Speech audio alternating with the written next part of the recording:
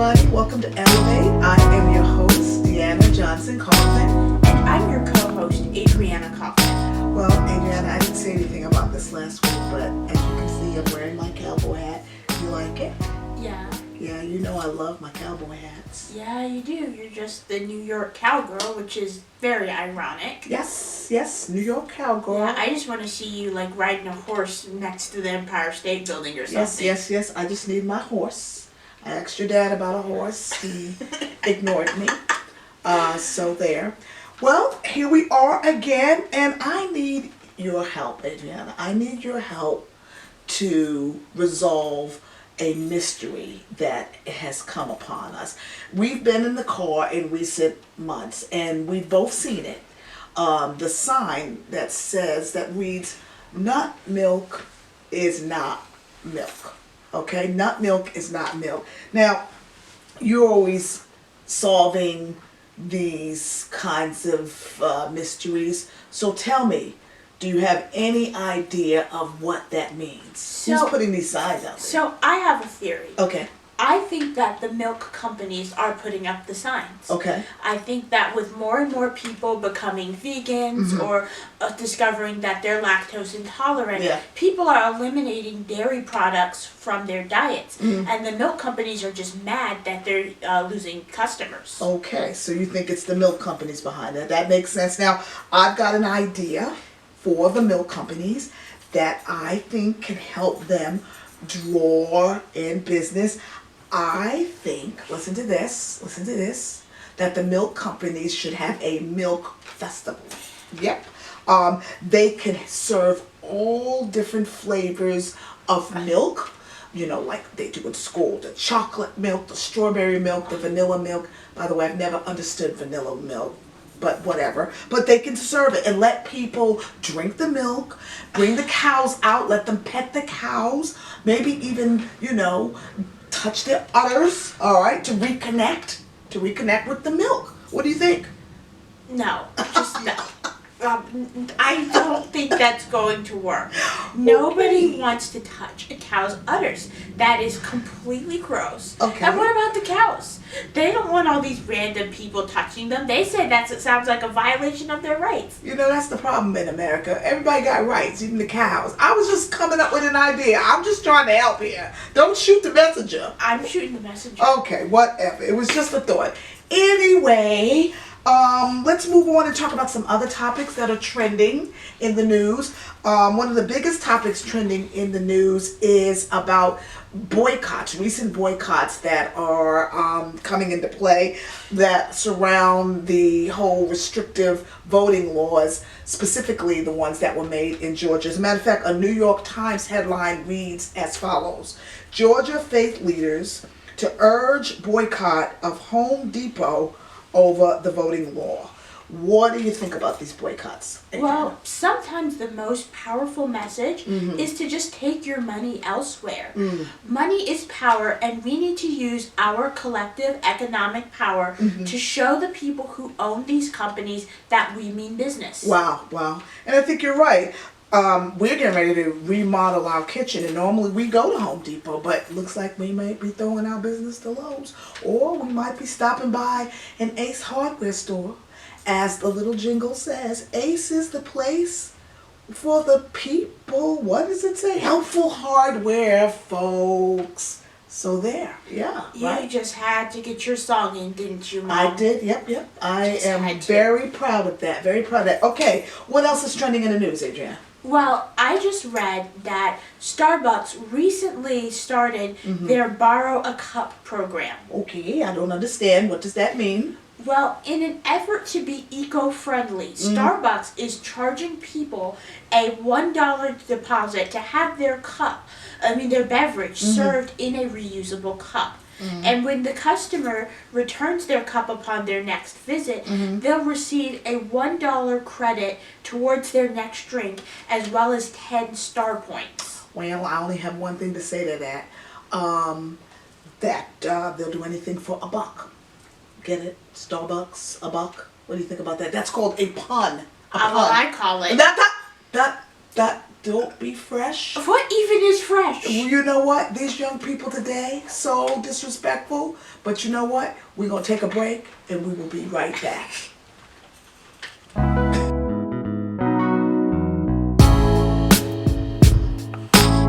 We're back, and this segment of our show is called Around the Town. This is where we feature pictures and videos of places and spaces where we visited around the metro Atlanta area, and sometimes outside of Atlanta. Sometimes we feature places and spaces in other cities and other states as well. But this particular Around the Town takes us to Marietta, Georgia. Marietta is located in central Cobb County, right here in Georgia. The 2019 estimated population was 60,867 people, making it one of Atlanta's largest suburbs. Our family had a chance to visit Marietta a couple of months ago, and we got to see some really, really great things. So take a look. This week's Around the Town takes us to Marietta, Georgia.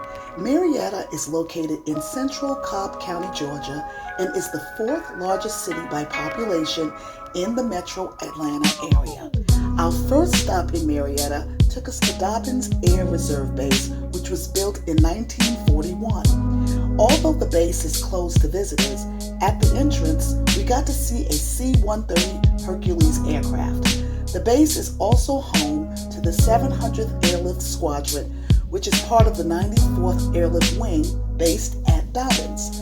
Next, we made our way over to the Big Chicken. The KFC Big Chicken is a 56-foot tall, steel-sided structure designed in the appearance of a chicken rising up from the top of the building. It is located at the intersection of Cobb Parkway and Roswell Road and is also a well-known landmark in the area. We then made our way over to the historic Marietta Square and did a mini photo shoot in front of the Strand Theater, a landmark that got its start as a major motion picture house in 1935. Marietta Square is a tourist dream come true. Whether you're taking in the beauty of a lovely fountain that sits in the main part of the square or enjoying food at one of its many eateries, there is so much to do.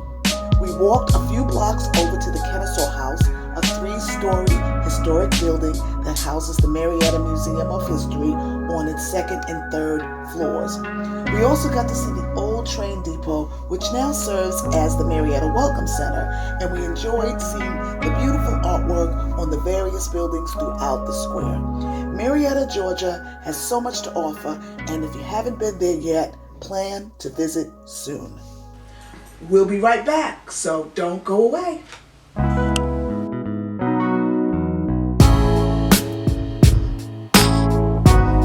Well, we're back, and during this segment, we want to talk about some easy ways to elevate your health. But before we do that, Adriana is going to share some fun, obscure facts with us in a portion of this segment called Did You Know? So, Adriana, tell us some Did You Know facts. Okay, so did you know that you can tell the difference between tears of joy and tears of pain?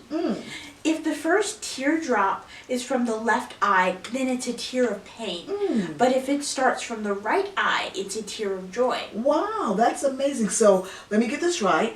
A tear coming from the left tear duct is a tear of pain. Yes. And a tear coming from the right tear duct is a tear of joy. Yeah. So pain Yeah. and joy. Yes. Joy and pain. Yes, yes. I got it. I think I got it. Good. That's I don't think you appreciated that. But that's quite interesting. Tell us something else. Okay, so did you know that people are more likely to fail at a task if they have a backup plan? When people have a backup plan, that gives them a sense of security and makes them less motivated to perform well on the original task. Oh, you know what? It is all coming back to me. That was my problem with high school. You know, when the tests would come, and I was supposed to study, but for whatever reason didn't. It's because of the backup plan. No, your problem was that you were bad. No, I wasn't bad. I just I didn't understand. I was misunderstood. I was We can misunderstood. all say that My about backup ourselves. plan. Aren't you gonna ask me what my backup What plan was is? your backup plan? To cheat. That's definitely bad. Oh dear. Okay. Okay. But why are you saying this? You should be a good example. I am a good example. You know better. You know better. I've obviously done something right. You never cheated, right? So I'm good. We good. I'm just confession is good for the soul. Okay, fine. I'm done. Give me one more. Did you know fact? Okay, so did you know that receiving a reward such as money can make you think that a boring task was fun? So several years ago, there was a study where this research group had a group of students sit through a boring lecture, and half of them were paid $20, but the other half received nothing. Okay. And that the students who received the $20 rated the lecture as being more interesting than the ones who didn't get anything. Wow. So the ones who didn't get anything, they didn't know about the kids or the other people who they got didn't something. know, because otherwise that would have caused problems. Yeah. So if I can get paid for a boring task, then it won't be as boring. So maybe I could get paid for doing some of the tasks around here. I'll talk to your father about that. What do you think? I don't think that task is going to go I don't think that talk's going to go very well. Wow. You know how he is with budgets and stuff. Oh wow, you threw him under the bus. Better him than me. Okay. Well, thank you for those did you know facts. But let's switch gears and let's talk about ways to address and alleviate anxiety, which is a big struggle for a lot of us, especially as we continue to navigate this pandemic. What do you think? Yes, I've been struggling with a lot of anxiety myself in regards to this pandemic. There's been so much to think about, and it's just been so overwhelming. It's been a year since it started, and even though there's a vaccine, the problem isn't over, and this is in addition to just all of the other issues that life throws at you. Yeah, exactly. That's why I thought it would be a really good idea for us to go ahead and tackle this topic. So what are some things we can do to alleviate anxiety? Well, I would say that one of the main things that I do to help alleviate anxiety is to exercise, which for me usually means a 30-minute brisk walk several times a week. Regular exercise has been shown to improve moods and to decrease feelings of depression and anxiety and stress. It can also be a real energy booster for people, and exercise helps the people participants with chronic pain reduce their discomfort and improve their overall quality of life. Walking for me is good because it's easy. It's low maintenance.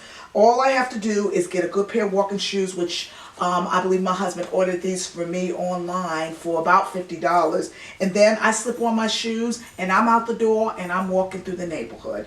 But it really doesn't matter what form of exercise you choose as long as you do it consistently. Now, I don't walk around the neighborhood like you do, but I do like to take our dog Carolina on, 2 or 3 short, 10 to 15 minute walks throughout the course of the day. Yeah. And I also like to garden, which burns a lot of energy. Oh yeah, for sure. I think as long as it helps to alleviate stress and add to your overall well-being, that's really the most important thing. So what else can we do to alleviate stress and anxiety? Well, I have found, and it's right over there near you, that keeping a journal is another way to alleviate anxiety and stress. And this is a journal. I've had several. This latest one I think I got from Walmart. I think it was under $10. By nature, I'm pretty hyper. And so sitting down and keeping a journal at first really just seemed like something I really wouldn't want to do, that it would be too boring. But going through menopause and all of the changes with that has really changed my feelings about keeping a journal. Journaling for me has become a safe place to just kind of dump my thoughts. It's been one of the most beneficial things that I've done over the last several years. And it's cheap. It's easy and it's cheap and it's always there for me. Sometimes I write a lot if I'm really feeling stressed. Sometimes I write a little. Sometimes, a week or two may go by before I write anything at all, but it's there for me when I need it. So I love it. Oh, so is there anything else that you can personally recommend to help with anxiety? Well, one of the biggest things that helps me manage my anxiety is regularly getting a good night's sleep. I'm telling you, long-term sleep deficiency can really trigger anxiety and panic attacks. I experienced this a lot when I was going through menopause, perimenopause actually, and struggling with a lot of imbalance of hormones. So, what are some steps that we can take to get a good night's sleep? Well, one thing we can do to get a good night's sleep is to unplug from devices, unplug from TVs, laptops, tablets, cell phones, a good while before going to sleep. Yeah, that's a big one. I think that there's this need, at least for most of us, to be constantly connected to the media. Yeah, and studies have shown that the blue light that comes from our phones and from our laptops keep our brains stimulated, and it interrupts our sleep. And in order to get a good night's sleep, you need to have at least 2 hours away from that stimulation in order to give your brain time to relax. Okay, so what are some other things that we can do to get better sleep? Well, there's several things that we can do. For instance, drinking a warm cup of tea a little bit before you get to bed, something that's caffeine free. This is chamomile tea, and chamomile has a wonderful little chemical in it. I want to make sure I say this right. Apigenin, which is an antioxidant. That binds to certain receptors in your brain and that helps to promote sleepiness and reduce insomnia. I also use a magnesium cream. Some people take magnesium pills. I don't like pills. Big old horse pills get all stuck in my throat and I think I'm dying. So I use the cream, and this really helps relax the muscles in your body, particularly for me. I get leg cramps, so rubbing magnesium cream on in the morning, and then I usually do it again in the evening, helps to relieve those muscle cramps, which of course allows me to sleep a little bit better. And finally, since I have sinus problems, I use this cool mist humidifier to keep the air in my room moist. And the wonderful thing about this particular humidifier is that it has a little compartment in the back for essential oils. Here's some essential oils I purchased from Walmart. I think it was like $5.99. This particular one is eucalyptus and rosemary, and you put a few drops in the little pad that inserts in the back of the thing, or you can buy just your own little diffuser, and it kind of, it helps the chemicals in the rosemary help to relax you and help you drift off to sleep a little bit better. And before we move on, I want to make sure I tell you about this wonderful book. This book helped change my life. It is phenomenal. It's called Soothe Your Nerves, The Black Woman's Guide to Understanding and Overcoming Anxiety, Panic, and Fear, written by Dr. Angela Neal Barnett. And this, it's a good book for anybody, but it's particularly geared for black people of color, for women of color, because there are some specific anxieties and things that we deal with that are particular to us. And so this book has been a life changer for me. You can purchase it online off Amazon, I think for maybe $12.99, $13.99, something like that. It's been a wonderful book for me personally. Finally, if you find that your anxiety is just overwhelming and debilitating, don't be afraid to seek out professional help. Anxiety Disorder Association of America is a great resource for helping people find therapists and other resources. So you can go to their website by going to www.adaa.org. Okay, well, we're going to go ahead and take another short break, but we will be right back.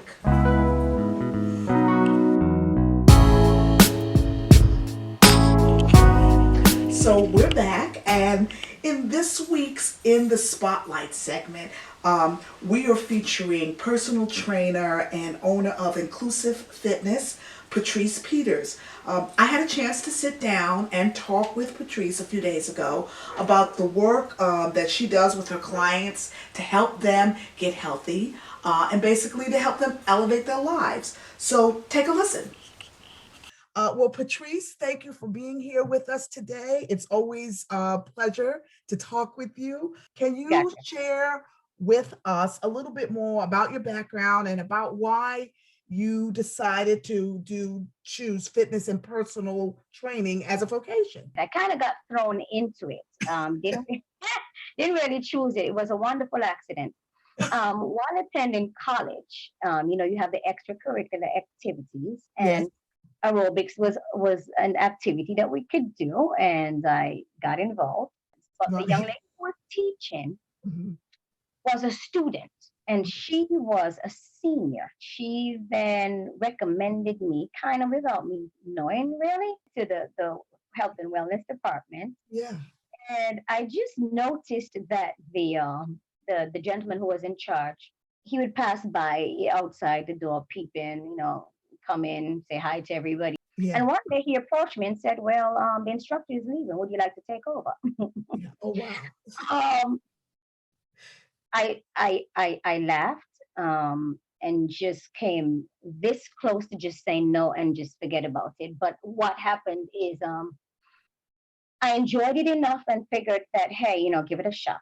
It Yes. was not my major, so that was my concern. School, I was a business major, so I was like, "How do you do this?" Yeah. And the rest was kind of history. So Yeah, now yeah, we all know that exercise is good for us. I think most people would agree with that. right. But I don't know if we understand how much it makes a difference in the quality of our lives. Can you tell us a little bit more about the benefits of regular exercise and why we need to make it a priority? And I'm always amazed still at exercise is good for this, that, and the other. I mean, it's like it what it does not cure, it Yes. is, if Yes. that makes sense. So Yeah. you won't become invincible. Right. You stand the chance then of being able to overcome so many things that we don't think Really. of. Mm. Yeah. So everybody jumps to, I'm going to lose weight, I'm going to be slim and look good. Right. I'm going to be hot and sexy. And I'm like, that's great. Yeah. But that should not be the goal, your mission, your motivation. Right. I like to be motivated by being strong, Yes. completing simple tasks, Yes. and working with what works and Right. keep whatever is working moving. Because as you get older, or maybe even from birth, everything may not work the way you want it to work, Yes. but you work around it and you feel strong and you feel better and you live your best you, Yes. not lazy you. Right. And so, again, not going to go into the science of everything, but even for depression and reducing Yes. stress and so on, Yes. our body is a kind of natural healer. Yeah. And so we then are able to produce hormones to Right. combat a whole lot of things. Like serotonin, it's called a happy hormone. Yeah. People who know me, they know I'm usually very, very upbeat. And they're like, Yeah. "Well, what are you on?" I'm like, "I'm on nothing."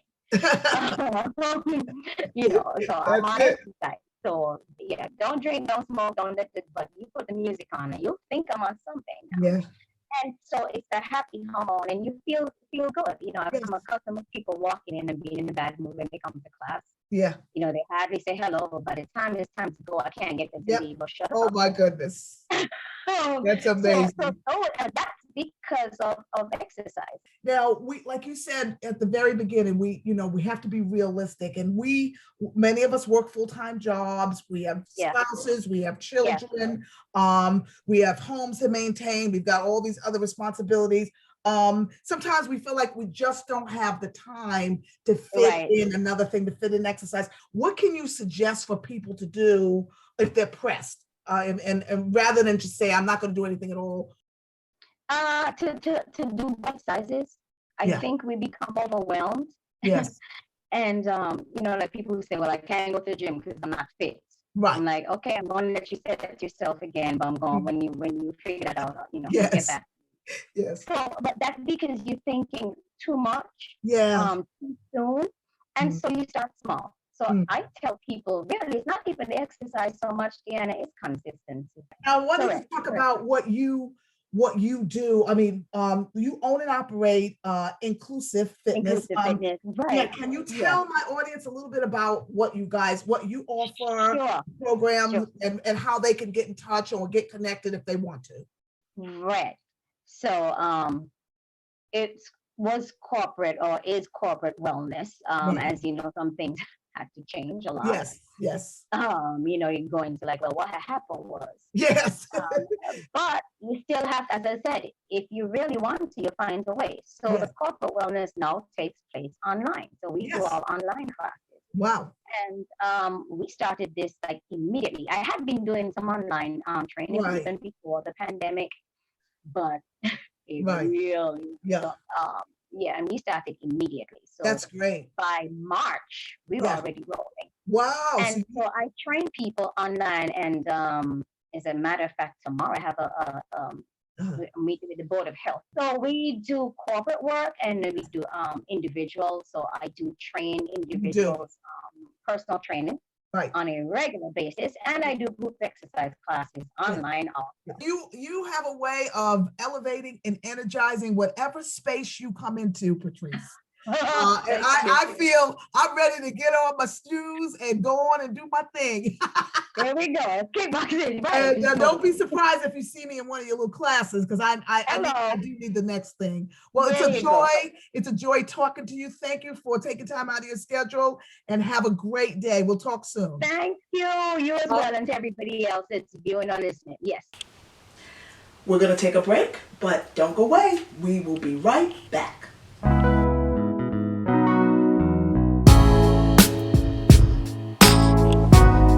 We're back, and our time together is almost up. But before we go, we want to tell you about a wonderful opportunity.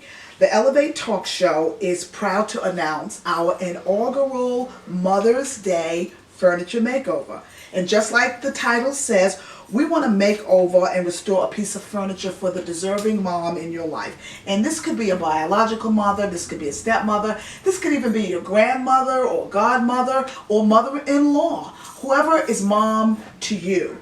Revamp Furnishings, our furniture restoration company located right here in Atlanta, Georgia, is sponsoring this project, and we will refinish this piece free of charge. So here's how you can enter.